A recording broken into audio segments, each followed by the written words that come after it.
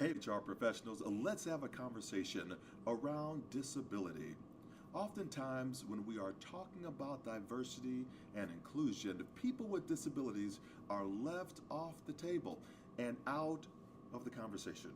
Yet, anyone inside of a business resource group or employee resource group will tell you people with disabilities have cross functionality across all groups and add tremendous value across the board.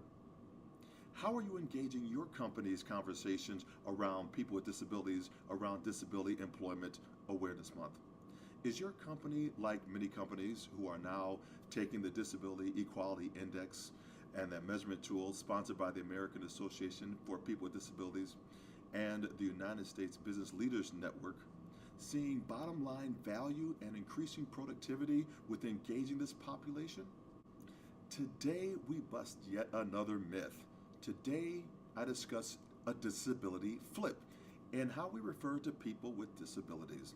When referring to a PWD, or a person with a disability, we need to have the etiquette to address the person before addressing the disability. Oftentimes, we hear it in this way. For example, at an airport, we may hear over the loudspeaker a call for a wheelchair to come to a specific gate to pick up a person with a disability. But then we hear the same terminology describing the person once the person is being asked to be identified. Ladies and gentlemen, I have two wheelchairs on the plane. We have two wheelchairs on the plane. Or I have to get these two wheelchairs off the plane. Well, we know that there are not two wheelchairs on the plane. With airlines ensuring that maximum space is reserved for revenue generating passengers, we know that there are not two wheelchairs on the plane. That would be just silly. No airline in their right mind would ever allow a wheelchair to take up the space of a revenue generating passenger. What we're talking about is a human being.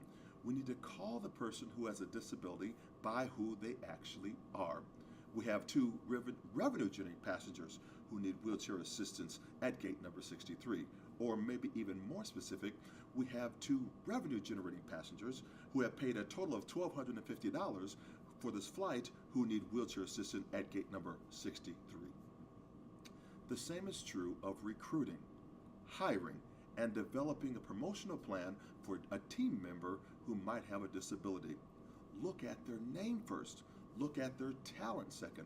Look at their disability third.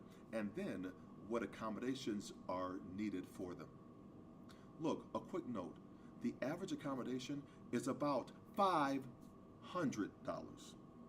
I hope this was as enlightening to you as it always is to me. My name is John Register, change management speaker, deliberately determining that the D in diversity stands for disability. Go forth and inspire your world.